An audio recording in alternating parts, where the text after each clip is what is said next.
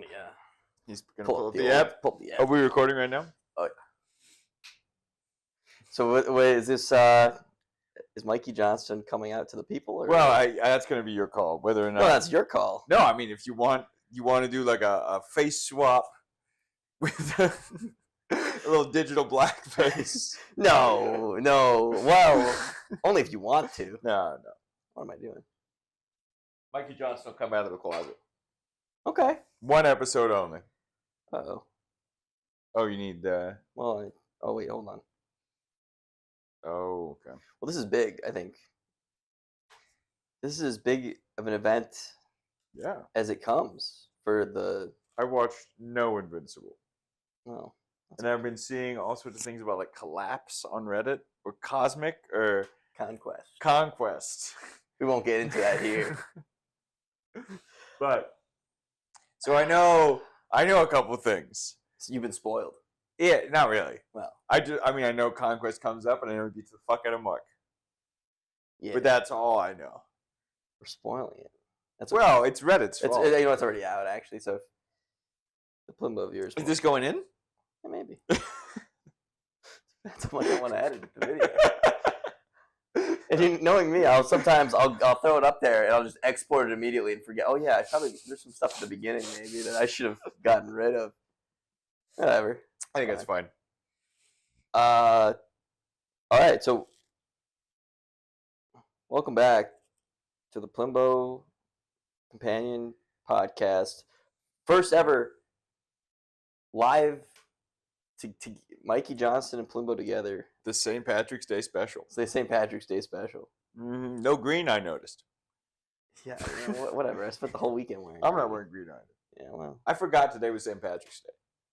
Like, we celebrate, I got in the car with Saturday. my grandmother this morning to eat breakfast. And my mom's like, yo, nobody's wearing green. And I'm like, who cares? And my grandma's like, yeah, that's right. Yeah, okay. That's right. So, all right. They don't got the show. Oh, I got to You're on Amazon Prime. I got to go on Oh, TV. you use Apple TV through? This isn't an ad. But yeah. All right. This episode, the After Hours. All right. So, let's talk about our predictions, which kind of came true. Well, kind of, but kind of not. Like, Mark was not asleep. He was awake. But it seems like he hasn't actually reintegrated at all. So, yeah, I want to talk about that. I don't understand. Like, what was the whole point of the thing with the woman? We're going to flood it. And it's a big thing. And then, wait, he's the same. Actually, he just wakes up. Actually, it didn't do anything. And now they have to go to the maternity cabin to talk to the innie one? It's like the whole point of reintegration. Was that they're the same person now. Yeah. So it doesn't make any sense. It really doesn't. But whatever. Okay, yeah, that aside. Well, so how do you want to start? Do you want to talk about the first scene? Yeah, because I thought it was very weird. Okay. He said a couple just super gross things. The first one was, why don't you take it raw? Or something. Oh my God. Yeah, he says, I wish you'd take it raw. The Egans are a gross family. Take it. Is it like a special egg? It's referred to as it. And why are the Egans so about eggs? I mean, like, what did they do in season 1? Was the egg party? That's true. They had the deviled eggs. Yeah, Babish did a. Did he do a? He did a Severance deviled egg. It looked pretty damn good. That video probably popped off. Well, I think all of his videos pop off. But yeah. So I don't know what's going on with the Egans and eggs. It kind of gives me like an Elon Musk vibe, where he's like obsessed with birth and procreation. So maybe Jamie Egan is one of these, freaks. Yeah. I'll tell you what though, beginning of this episode, I called this out earlier. Yeah. Gave me Gattaca vibes in the pool. Interesting. Like she's like whatever. Sure. You got to be like this perfect specimen for it to be in the space program in that movie or whatever. Yeah. Genetic, whatever. It kind of seems like that's what they're striving for in general at Lumen. Well, And is this her whole breakfast? Is she only eating one egg? Have Why you the ever seen small one of bites? these? You ever seen one of these egg slicers? You ever seen one of these? You have an egg? I don't have slicer? an egg slicer like that. Are you using the egg I slicer? do have one of these. Oh shit! Like Is that for eggs? yeah, you put the egg in here. You do that. You turn the egg. You do it again. Then you make egg salad. Oh, okay. So I was the vibe I got. But she's just She's only doing it 6 ways. yeah, and then she continues to cut more pieces off with a fork. The whole thing was uncomfortable. Yeah. I mean, I'm starting to feel a little bad for her. Her childhood must have been fucking abysmal.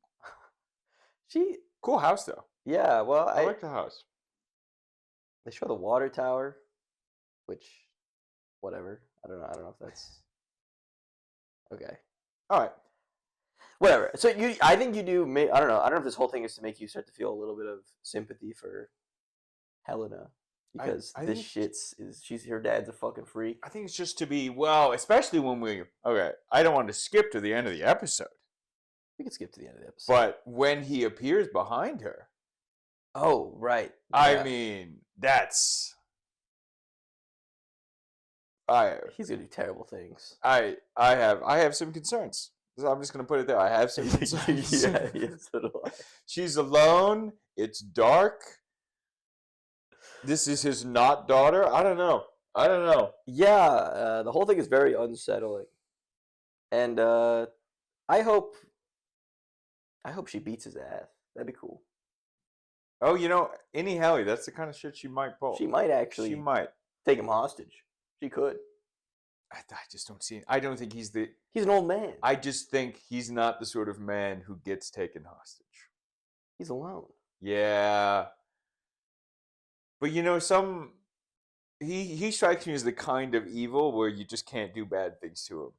He's like one of those untouchable evil entities. He's just too evil where I think he's just going to be able to stare her down and she won't be able to do anything. Yeah, okay.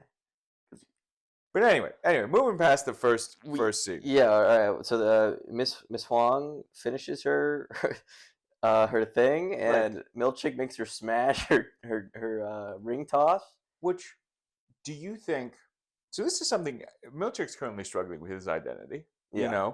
They're stripping it from him, and now he has to do it to her. Do you think this was almost vindictive from him, or do you think he feels bad for her? I'm sure he feels a little bad for her. Part of me was also wondering though, like if this is like, he's like, oh, it requires you to sacrifice a totem. I'm like, did he just make this up because he really doesn't like her? He does seem to not like her, but Yeah. no, 100% that's part of it. Yeah, it's a real thing. The lumen stripping your personal life away. Now it's kind of fucked up that they seem to own almost nothing. Like Her prized possession is a ring toss game. Yeah. yeah, I mean we've seen her playing with it once or twice, Mhm. And she seems to be genuinely sad she's not finishing the quarter. You know, been really fucked up. Make her smash the theremin, or yeah. Damn. She did seem to like the theremin. So maybe he did her a service. He could have made her smash the theremin. Though, probably Lumen property. I know she owns the theremin. That's what it's called, right? Oh no, you're right. Yeah. Yeah, that's the theremin. Okay. So and then after that, next scene, howdy doing? Yeah. Okay, it is fucked up. You thought he'd be cool with it. Well, I think it is so fucked up that he views Annie Dillon as a separate person of himself, who he's essentially a slave. Right. Because it's one thing for an Audi to be like, oh, it's myself on the inside, and I profit off of myself. Right. It's completely different for Audi Dillon to be like, oh, that's a different guy. I do no work. He does everything, and and then at the same time, he's being like, oh, I have to go to work to provide for my family. But you don't do nothing. You drive to the office. But at the same time, Yeah. the guy inside isn't me. I think You can't have it both ways. you can't have it both ways. Either he's doing nothing, or the innie is him. Yeah, I could imagine his wife being perhaps a little frustrated when it seems like he's kind of like doing fucking whatever after work.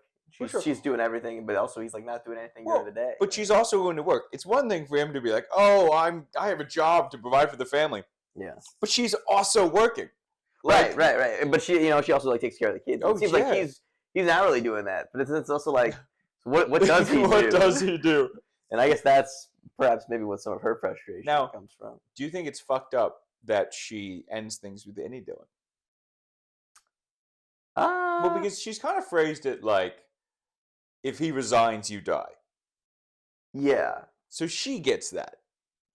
I think whatever, she still has some sort of respect for her, like Audi Dylan's wishes as like her husband or whatever. I think she feels like he's just holding any Dylan hostage. Well, I guess they all are, I guess, right? All the severed people are kind of just holding their Well, hands but off. this one in particular, because now Dylan has threatened to quit for the purpose of getting her to stop seeing him. Yeah, which Yeah. I mean, just what a real piece of shit. That's a real fucked up move. It's starting to be like, honestly, the only good character might be Irving. I'm not going to go that far. What about Devin? You know, I was at dinner last night. Yeah. We were chatting about Severance. And somebody tells me that the theory they hear is that Devin is secretly working for Lumen. And that's why she called Cobell. I don't buy it. Now that's horseshit. I don't buy it. Yeah, I don't buy that either. I think it's convenient to move the plot forward that Devin calls Miss Cobell. Like, I think Devin is one of the few pure characters who's just looking out for Mark. I agree.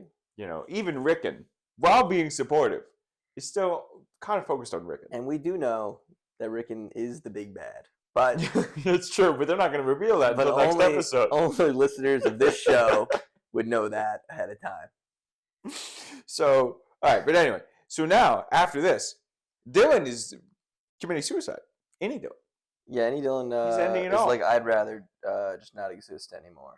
Which, well, he got a taste of the outside life, and they took it away. I mean, any Dylan was happy before he knew he had a son. Right. Right? And then now he feels this hole in himself. And it's completely on the company, by the way. Oh, that's true. They fucked up. They completely fucked up. Like, man. And you just got to feel for the guy because he didn't know what he was missing. And then he got a taste of the children. He got a taste of his wife. And I'm curious how the Audi Dylan will respond to the resignation from the Innie one. That's an interesting point. I don't know. You think he doesn't view them upset? He doesn't view them as people. It seems that way. He doesn't view them as. He's like, why do you have the agency to resign? Yeah, maybe I'll just keep showing up to make you miserable because I hate you. Yeah, I don't know how that works. I don't know. Because didn't they say they instituted new rules at the beginning of the season to allow the Innies to resign? Or was that always an option? You could always resign, but they always get rejected. Didn't Helly try to resign? Oh, yeah, right. They always get rejected. Can it still be rejected? I'm sure it could still be rejected, yeah. You think Dylan's gets rejected? Well, that's what I'm saying. Do you think his Audi will reject the resignation? I think his Audi is jealous enough that he would rather be unemployed. Really? Than have his wife kissing his Innie. That could be. Well, I guess we'll see.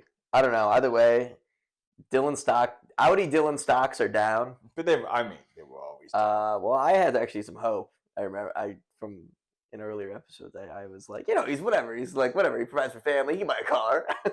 But you casted seeds of doubt then. So whatever. So, but anyway, all right. Let's talk about Irving for a second.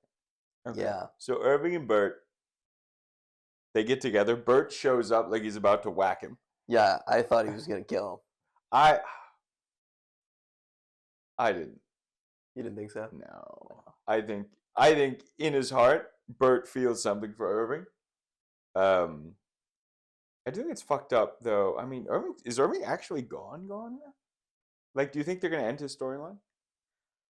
I don't know. I have a feeling he might come back in the next season of the show. I think what's interesting to me though is like, right, so like we talked about in the Attila episode when Irving goes over for dinner. Sure. That was probably timed out so the other guy could go to his apartment. Which I think was evidenced by the fact that now Bert has found his notebook and knows. Right. But he like still wants to help him out. Was that only after talking to him that he realized he wants to help him out? Because Well, I think Bert did it because the company told him Okay. to. And now he is putting himself in jeopardy Yeah. too. To help him out. Yeah. I see. Which we're seeing a lot of selflessness from characters. We have Bert this episode. We had Meth Guy last episode. True, meth guy. I mean, I don't trust Cobell, but she's somewhat, we're seeing some heroes. I think We get. I mean, I guess we could talk about this now. We get Milchick standing up for Oh, himself this episode. that was fantastic. Uh, I mean, powerful scene. yeah, and he's completely right. I think in everything he says, and even what's his name, Drummond. Is that the big Drummond? guy? Drummond. That's Mhm. his name. I think he knows he's right too. and Oh. wants to fuck off. I think it's true. Drummond is doing the classic upper management thing Uh-huh. of being like, I'm just going to blame the little guy so I can't get in trouble. Uh-huh. And Seth notices and calls him out. It was a big move. Yeah, I think you brought this up a couple episodes back about how, Milchick's turning into a good guy. And I'm starting to believe that it's actually going to happen. That Milchick is rejecting, starting with the paintings, I think, you mentioned. Yeah. He's like, this is fucked up. Yeah. I don't like this. So I think Milchick is, by the end of the season, I think now fully is going to have flipped. Yes. Yeah, I think so too. It's okay. What else happens? The Cold Harbor is close to completion. Isn't it fucked up that they're in the forest? Yeah. And then Mark's like, what are we doing? And she's like, Cold Harbor. Explains nothing. Yeah. Mark doesn't know. We don't know. Why is she saying it like she's using the internal code name? Say what it is. She could just say what it is. But I think she wants to keep things. I think you're right that she has some sort of ulterior motive and that she's going to, play her hand at some point. So she does say that. So Gemma's dead if he finishes Cold Harbor. Yeah. Now, I think they alluded to that in the previous episode. I still don't get why. But also, can I be honest with you? Yeah. This is what I think is happening. So, I think Cobell is betraying them right now. I think they're on their way to the maternity thing, and I think when she was conversing with the security guard, she dropped a little. Oh, send the boys. Yeah. Yeah. So I assume. I mean, maybe I'm not thinking highly enough of Cobell, but I think she's gonna sell Mark out to get her position back. Or Yeah. Get one over on them. I don't know.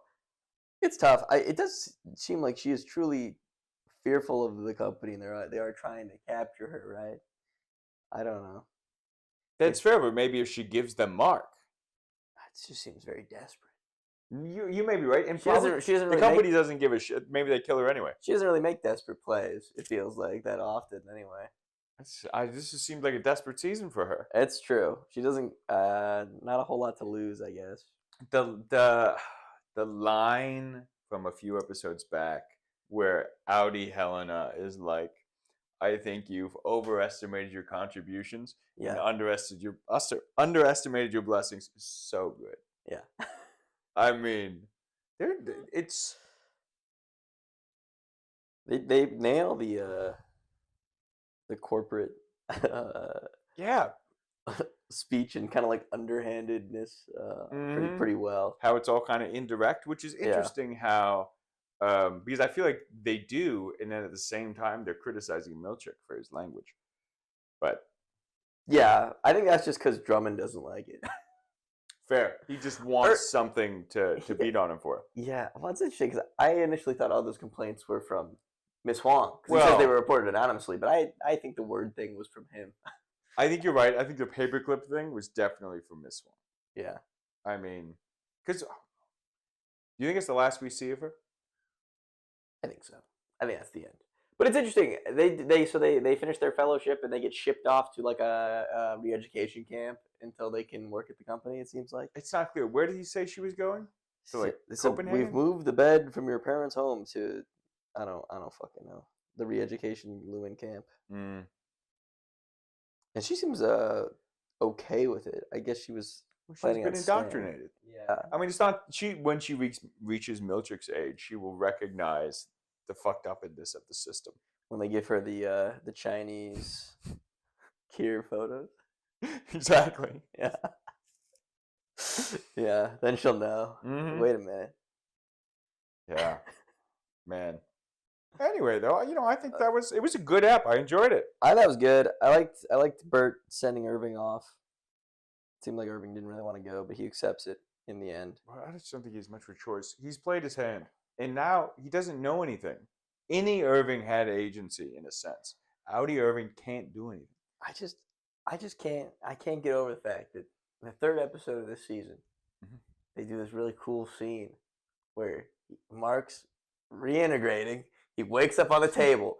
It is going to be the end of the season. Nothing has happened. They did a second thing where they're like, you know what? We're gonna do it right now. He like almost dies. Oh, never mind. It also still hasn't happened yet. No, I totally agree. Yeah. I think it's fucked up that they're drawing it out this long. Just reintegrate him. And at this point, it's clear, okay, he's going to be reintegrated in. Well, maybe not. Like, now that they can talk to his innie, does he even need to be reintegrated anymore? Yeah. The whole thing, and I thought, and we talked about this, when we reveal, oh, Cobell has secret chip knowledge, so she can reintegrate him. Nope. No, it actually doesn't matter. Like, Devin already had the plan of going to the maternity ward. So what's Cobell for? Yeah. Give the little catchphrase, I guess. What was the catchphrase? Whatever. She talks to the guard at the gate and says, "Oh, that you think might be a tip to call the boys to come see him." Well, and here we learn that Jamie, is it Jamie or Jamie Egan has been having indiscretions.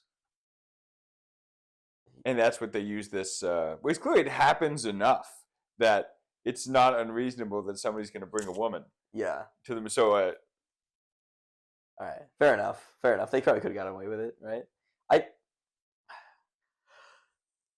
I'm curious as to what he's going to do to Innie Helly next episode. No, I'm a little afraid for her. Yeah. It'd be crazy if she killed him, but I just don't see it going down like that. I don't see it happening either. I think you're right. He feels untouchable. Yeah. Well, and it's in his building. He's probably being watched. Security's around the corner. He can do whatever he wants. Yeah. It's basically a prison down there. Maybe he'll go tell her what the goat people are doing. That would be nice if he gave her a little tour. Yeah. Or he's gonna make her eat a raw egg. He might make her eat a raw egg. God, what a gross line. I wish you'd take it raw. I don't know, and the little plate with like little pilgrims on it. I don't know what's going on with that. Yeah. Oh, what about the scene though when Dylan he's about to get on the elevator and he stands just right in front of the painting that it looks like Kier is executing. Yeah, that was pretty cool. I liked that. That was well done. Good call. Mm-hmm. I mean, this is a nice touch. Right. Well, I mean, okay. What do you think on this episode? What are we feeling? I mean, I feel like it's a good 7 or 8. I feel like if this episode was if we hadn't had the Cold Bell episode and we still had 2 episodes left, this would be like an 8, 8.5. Right. But really, probably 7 right now. Like, I thought the Seth parts were great. I thought everything except for the main Mark storyline was great. Which is a shame. It's interesting because I was having that conversation last night when we were talking about Severance.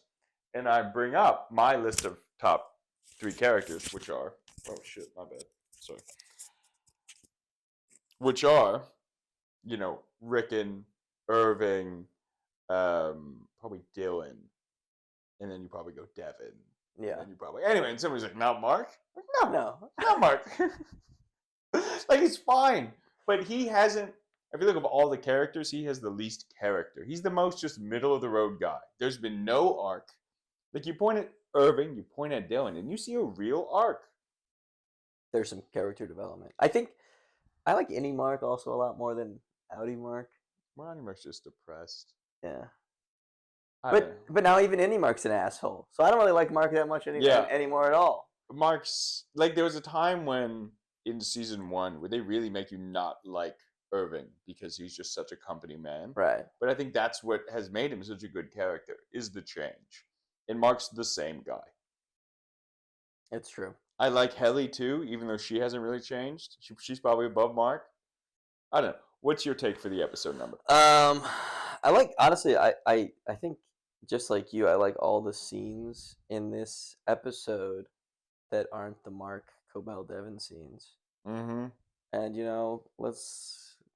that's probably like Half? I don't know, a third of the episode. I'll give it whatever. I give this episode 7. What did I give the last one? Did I give the last one a 6? I gave the last one a 6. I think I gave it I gave it a 5.5. I don't think you gave it. I don't think you went below 6. No, I gave it a 6. You're right. I think we did. I don't think we've gone below 6 for anything that's not Invincible. Whatever. It's a 7. It gets a 7. Yeah. Wait. Oh, fuck. I definitely have given Invincible episodes higher. It's a 7.5. It's a 7.5. I can't be hypocritical. All right. But yeah, that's it. Well, thank you very much for you. coming to the St. Patrick's Day special. Yeah, thanks for having me, Mikey Johnston. It's been a true pleasure. And anytime. And I was glad I was able to inform you about egg slices. I was unaware that was like a thing. I'm surprised. I grew up with an egg slicer. On the regular. I guess I wasn't in an egg salad family. Fair enough. Anyway. Thanks for watching, everybody. Good. Signing off. Dive on out.